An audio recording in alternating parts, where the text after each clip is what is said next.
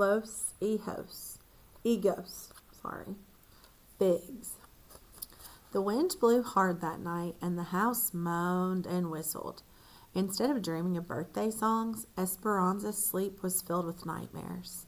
An enormous bear was chasing her, getting closer and closer, and finally folding her in a tight embrace. Its fur caught in her mouth, making it hard to breathe. Someone tried to pull the bear away, but couldn't. The bear squeezed harder until it was smothering Esperanza. Then, when she thought she would suffocate, the bear grabbed her by the shoulders and shook her until her head wagged back and forth. Her eyes opened, then closed again. She realized she was dreaming, and for an instant she felt relieved. But the shaking began again, harder this time. Someone was calling her, "Esperanza!" She opened her eyes. "Esperanza, wake up!" screamed Mama. "The house is on fire!" Smoke drifted into the room. "Mama, what's happening?"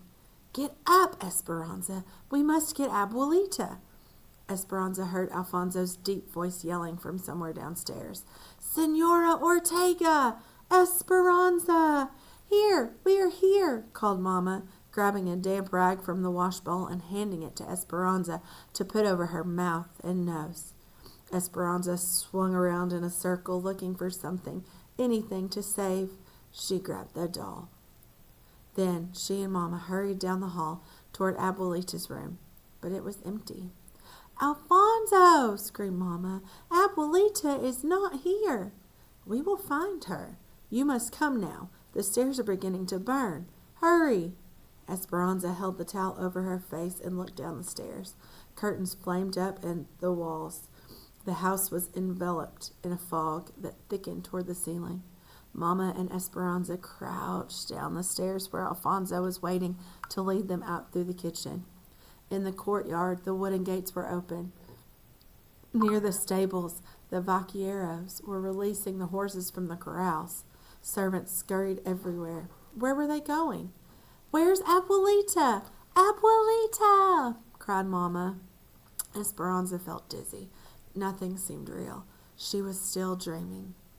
Or was she still dreaming? Was this her own imagination gone wild? Miguel grabbed her. "Where's your mother and Abuelita?" Esperanza whimpered and looked toward Mama. He left her, stopped at Mama, then ran toward the house. The wind caught the sparks from the house and carried them to the stables. Esperanza stood in the middle of it all, watching the outline of her home silhouetted in flames against the night sky. Someone wrapped a blanket around her. Was she cold? She did not know. Miguel ran out of the burning house, carrying Abuelita in his arms. He laid her down, and Hortensia screamed. The back of his shirt was on fire. Alfonso tackled him, rolling him over and over on the ground until the fire was out. Miguel stood up slowly, took off the blackened shirt. He wasn't badly burned. Mama cradled Abuelita in her arms. "Mama," said Esperanza, "is she?" "No, she is alive, but weak, and her ankle—" "I don't think she can walk," said Mama. Esperanza knelt down. "Abuelita, where were you?"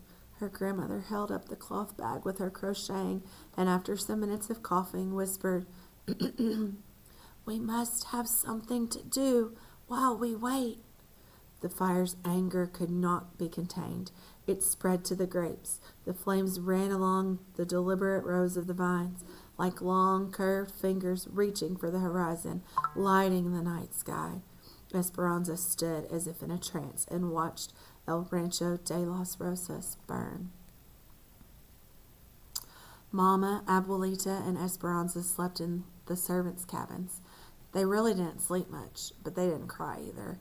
They were numb, as if encased in a thick skin that nothing could penetrate, and there was no point in talking about how it happened.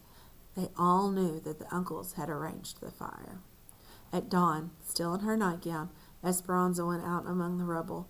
Avoiding the smoldering piles, she picked through the black wood, hoping to find something to salvage. She sat on an adobe block near what used to be the front door and looked over at Papa's rose garden. Flowerless stems were covered in soot. Dazed and hugging herself, Esperanza surveyed the surviving victims, the twisted forms of wrought iron chairs, unharmed cast iron skillets, and the mortars and pestles from the kitchen that were made from lava rock and refused to burn. Then she saw the remains of the trunk that used to sit at the foot of her bed, the metal strap still intact. She stood up and hurried toward it, hoping for un milagro, a miracle. She looked closely, but all that remained were black cinders. There was nothing left inside for some day. Esperanza saw her uncles approaching on horseback and ran to tell the others. Mama waited on the steps of the cabin with her arms crossed, looking like a fierce statue. Alfonso, Hortensia, and Miguel stood nearby. "Ramona," said Tio Marco, remaining on his horse, "another sadness in so short a time. We are deeply sorry." "I have come to give you another chance," said Tio Louis. "If you reconsider my proposal, I will build a bigger, more beautiful house, and I will replant everything. Of course, if you prefer, you can live here with the servants, as long as another tragedy does not happen to their homes as well. There's no main house or fields where they can work, so you see, the many people's lives and jobs depend on you, and I am sure you want the best for Esperanza, do you not?" Mama did not speak for several moments. She looked around at the servants who had gathered. Now, her face did not seem so fierce and her eyes were damp. Esperanza wondered where the servants would go when Mama told Tio Louis no. Mama looked at Esperanza with eyes that said, "Forgive me." Then she dropped her head and stared at the ground. "I will consider your proposal," said Mama. Tio Louis smiled. "I am delighted. I have no doubt that you will make the right decision. I'll be back in a few days for your answer." "Mama, no," said Esperanza. She turned to Tio Louis and said, "I hate you." Tio Louis ignored her. "And Ramona, if Esperanza is to be my daughter, she must have better manners. In fact, today I will look into boarding schools where they can teach her to act like a lady." Then he turned his horse, dug his spurs into the animal, and rode away. Esperanza began to weep. She grabbed Mama's arm and said, "Why? Why did you tell him that?" But Mama was not listening to her. She was looking up, as if consulting the angels. Finally, she said, "Alfonso, Hortensia, we must talk with Abuelita. Esperanza and Miguel, come inside. You are old enough to hear the discussions." "But Mama." Mama took Esperanza by the shoulders and faced her. "Mija, my daughter, do not worry. I know what I am doing." They all crowded into Hortensia and Alfonso's tiny bedroom where Abuelita was resting, her swollen ankle propped on pillows. Esperanza sat on Abuelita's bed while Mama and the others stood. "Alfonso, what are my options?" said Mama. "If you don't intend to marry him, Senora, you cannot stay here. He would burn down the servants' quarters next. There will be no income because there are no grapes. You could have to depend on the charity of others, and they would be afraid to help you. You could move to some other part of Mexico, but in poverty. Luis's influence is far-reaching." The room was quiet. Mama looked out the window and tapped her fingers on the wooden sill. Hortensia went to Mama's side and touched her arm. "You should know that we have decided to go to the United States. Alfonso's brother has been writing to us about the big farm in California where he works now. He can arrange jobs and a cabin for us, too. We are sending the letter tomorrow." Mama turned and looked at Abuelita with no word spoken. Abuelita nodded. "What if Esperanza and I went with you to the United States?" said Mama. "Mama, we cannot leave Abuelita." As Abuelita put her hand on Esperanza's. "I would come later when I'm stronger." "But my friends and my school, we can't just leave. And Papa, what would he think?" "What should we do, Esperanza? Do you think Papa would want me to marry Tio Louis and just have him send you to a school in another city?" Esperanza felt confused. Her uncle said he would replace everything as it was, but she could not imagine Mama being married to anyone but Papa. She looked at Mama's face and saw sadness, worry, and pain. Mama would do anything for her, but if Mama married Tio Louis, she knew that everything would not really be as it was. Tio Louis would send her away, and she and Mama wouldn't even be together. "No," she whispered. "You are sure that you want to go with us?" said Hortensia. "I'm sure," said Mama, her voice stronger. "But crossing the border is more difficult these days. You have your papers, but ours were lost in the fire, and they forbid anyone to enter without a visa." "I'll arrange that," said Abuelita. "My sister's in the convent. They can discreetly get you duplicates."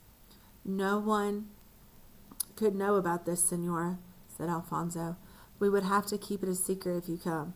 This will be a great insult to Louis. If he finds out, he will prevent you from leaving the territory." A tiny smile appeared on Mama's tired face. "Yes, it would be a great insult to him, wouldn't it?" "In California, there is only field work," said Miguel. "I'm stronger than you think," said Mama. "We will help each other." Hortensia put her arm around Mama. Abuelita squeezed Esperanza's hand. "Do not be afraid to start over. When I was your age, I left Spain with my mother, father, and sisters. A Mexican official had offered my father a job here in Mexico, so we came. We had to take several ships and the journey lasted months. When we arrived, nothing was as promised. There were many hard times, but life was also exciting, and we had each other. Esperanza, do you remember the story of the phoenix, the lovely young bird that is reborn from its own ashes?"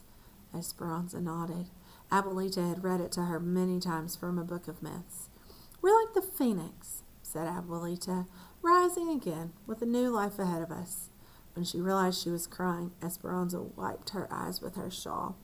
Yes, she thought, they could have a home in California, a beautiful home. Alfonso and Hortensia and Miguel could take care of them, and they'd be rid of the uncles. And Abuelita would join them as soon as she was well. Still sniffling and caught up in their affection and strength, Esperanza said, And I could work too."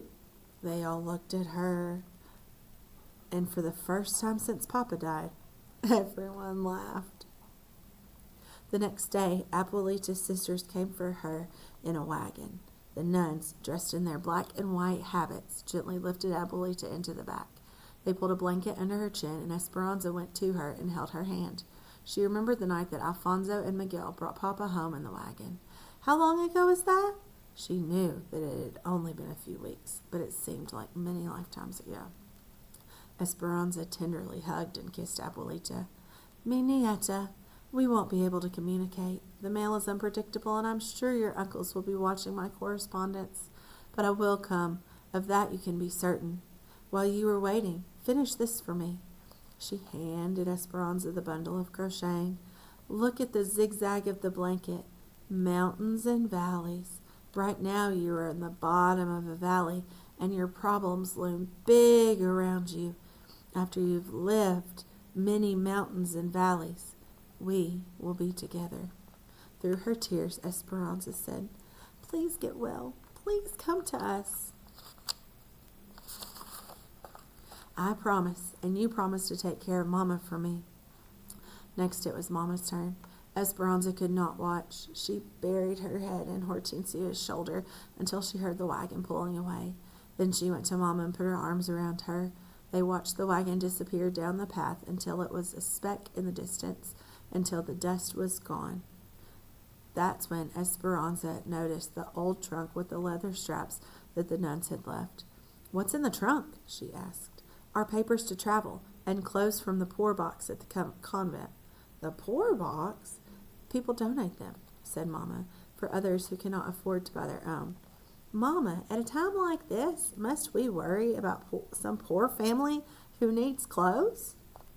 "Esperanza," said Mama, "we have little money, and Hortensia, Alfonso, and Miguel are no longer our servants. We are indebted to them for our finances and our future. And that trunk of clothes for the poor? Esperanza, it is for us." Senor Rodriguez was the only person they could trust. He came after dark for secret meetings, always carrying a bag of figs for the grieving family to disguise his real reason for visiting. Esperanza fell asleep each night on a blanket on the floor, listening to the adults' hushed voices and mysterious plans, and smelling the plentiful piles of white figs that she knew would never be eaten. At the end of the week, Esperanza was sitting on a small step to Hortensia and Alfonso's cabin when Tio Louis rode up. He remained on his horse and sent Alfonso to bring Mama. In a few moments, Mama walked toward them, drying her hands on her apron. She held her head high and looked beautiful, even dressed in the old clothes from the poor box. Louis, I have considered your proposal, and in the interest of the servants in Esperanza, I will marry you in due time. But you must begin replanting and rebuilding immediately, as the servants need their jobs. Esperanza was quiet and stared at the dirt, hiding the smirk on her face. Tio Louis could not contain his grin. He sat up straighter. I knew you would come to your senses, Ramona. I will announce the engagement at once. Mama nodded, almost bowing. One more thing, she said. We will need a wagon to visit Abuelita. She is at the convent in La Purísima. I must see her every few weeks. I will send one over this afternoon, said Tio Louis, smiling. A new one, and those clothes, Ramona. They are not fitting for a woman of your stature, and Esperanza looks like a waif. I will send a dressmaker next week with new fabrics. In the nicest way possible, Esperanza looked up and said, Thank you, Tio Louis. I am happy that you'll be taking care of us. Yes, of course, he said, not even glancing at her. Esperanza smiled at him anyway, because she knew she would never spend a night in the same house with him, and he would never be her stepfather. She almost wished she would be able to see his face when he realized that they had escaped. He wouldn't be grinning like a proud rooster then. The night before the dressmaker was scheduled to come, Mama woke Esperanza in the middle of the night, and they left with only what they could carry. Esperanza held a valise filled with clothes, a small package of tamales, and her doll from Papa. She and Mama and Hortensia were wrapped in dark shawls to blend in with the night. They could not take a chance of walking on the roads, so Miguel and Alfonso led them through the grape rows, weaving across Papa's land toward the Rodriguez ranch.